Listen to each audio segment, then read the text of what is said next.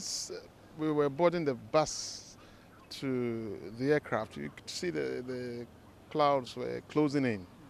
I got a little concerned, but we proceeded to board the plane. And I was still keeping an eye, personally, I was kind of concerned, keeping an eye on the clouds. And I noticed that the rains had started from afar, approaching where we were parked. But I am speculating that probably the pilot tried to beat the incoming clouds that were rolling in. So we taxied to the runway, and the rain really caught up with us. It was really pelting down. So he stopped prior to actually taking off proper, to taxi.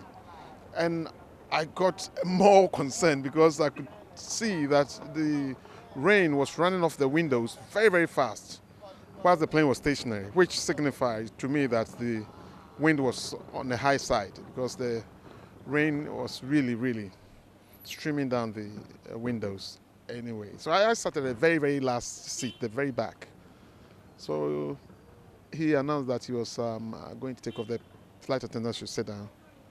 I said to myself at the time, wait a minute, is this guy going to take off in this weather? Anyway, he proceeded. And a few seconds later, after taxiing, we were blown off the runway, literally, onto the RAF, off the runway completely, and for about 80 meters off. And I think the plane rested on the perimeter fence. So it was quite a drag and very bumpy, as you can imagine. So a few people were screaming. And later on, I learned that one lady had a gash on her face, and a few others, I think 5 in all.